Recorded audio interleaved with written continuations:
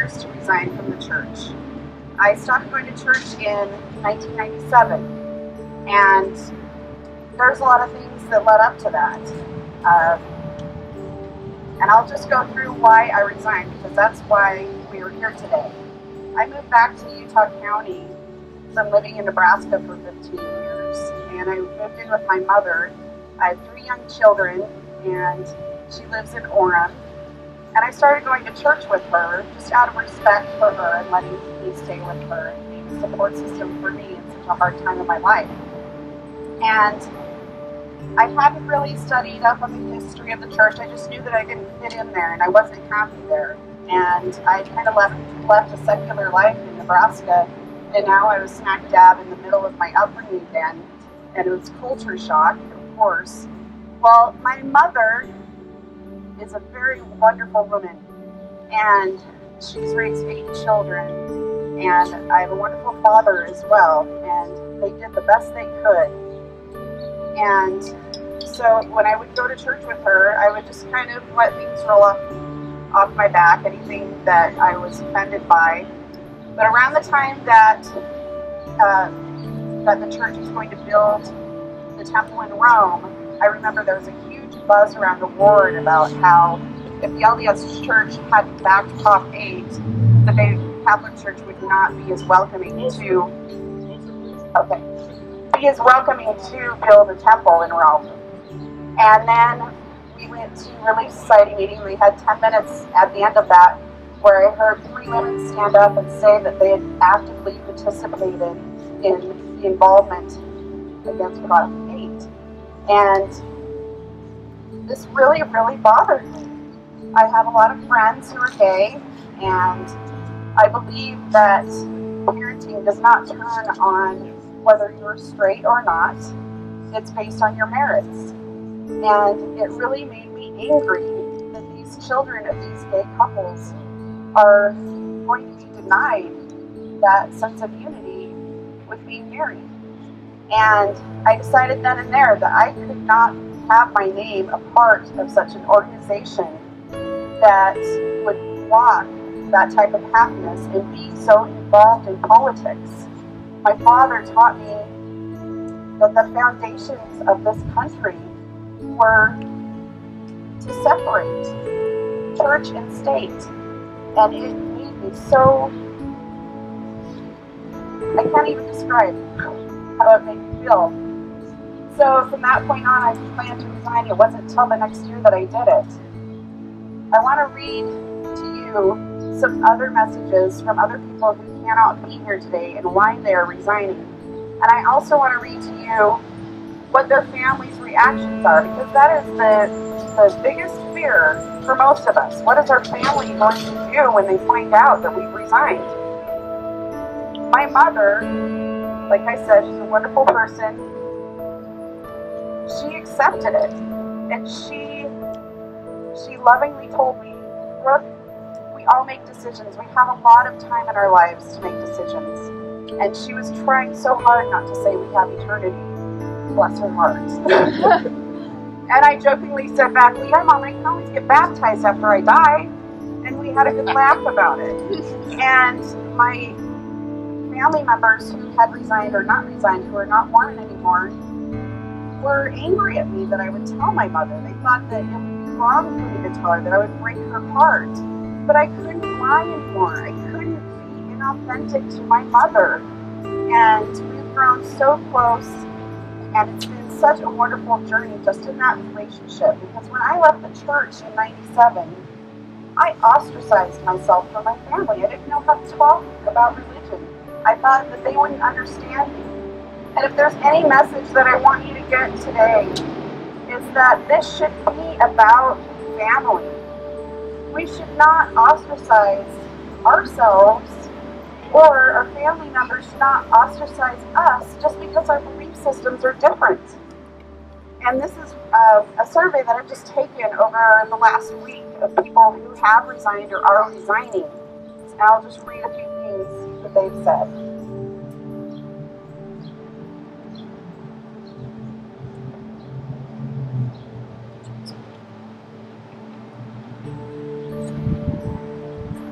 So the question I asked was, use one sentence to describe why you were resigning or have resigned from the LDS Church. My morals of equality, love, and compassion no longer lined up with the LDS morals. I wanted nothing to do with an organization that I disagreed with politically, philosophically, and scientifically nearly 100%. I simply grew tired of having to apologize for the church's actions to my non-member friends. I was lied to my whole life about what the church represents. I do not want my name associated with this religion. I resigned from the Mormon Church because I found out it wasn't true. I resigned 10 years ago after doing online research about the Book of Abraham for a talk. I resigned because I wanted to live authentically, not as a Jack Mormon or a hypocrite. We resigned so our kids wouldn't get tracked down now, and especially when they are older. That was nice of them. I resigned because this church is deceitful at the leadership level. It's destroyed my family. I could not stay in a homophobic church as an LGBT ally. Woo, woo, woo. Four more here. Was harassed for my address information as if I were still a member despite 20 years of inactivity. And these last three I want you to pay special attention to. These people are still married to Mormons and they cannot leave out of respect for their marriage. And I invited them to answer this even though they're not resigning today, because I think that that is the true heartache of leaving and changing a belief system, is that many people have to choose between their partner and their religion. I would like to, but my husband is not ready for me to take that drastic step yet.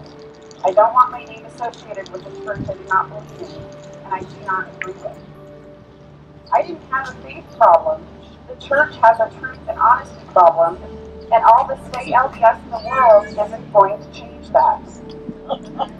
I want to resign, but cannot, because my believing spouse would see it as a cancellation of my marriage.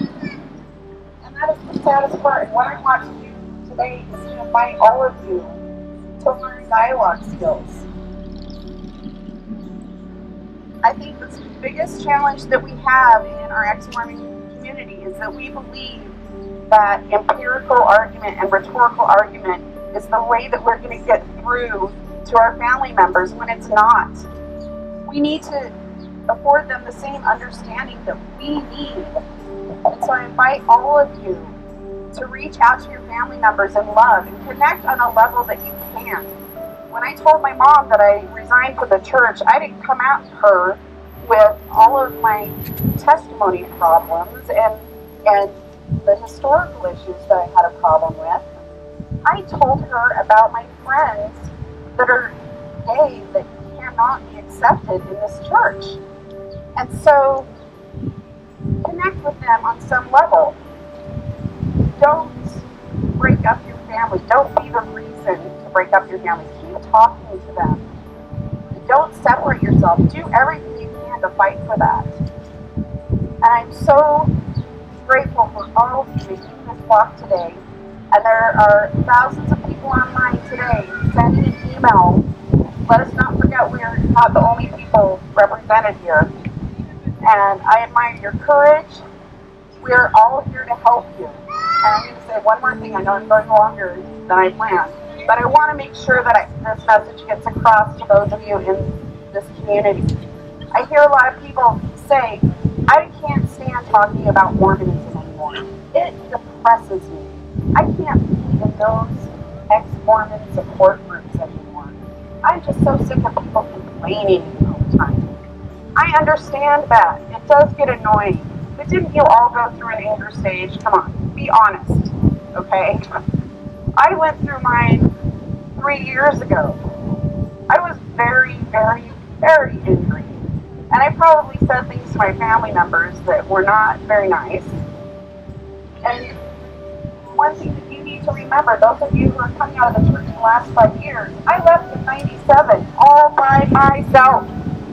Okay? I didn't have the internet to look up history. It was a feeling. I'm not afforded to say I did my research. Okay? Don't get sick of helping people through this journey. Don't abandon the support group that got you here. We need people who have resigned here at these events. We need people online in our ex-Mormon groups helping people not make the same mistakes that they made. That made their parents not talk to them for years because they said the book of Abraham's a bunch of crap. Okay? So promise me, once you get through that anger stage, don't abandon your community. That's what we are missing. And that's what the second speaker talked about, is that there's 10 million of us. They only have 5.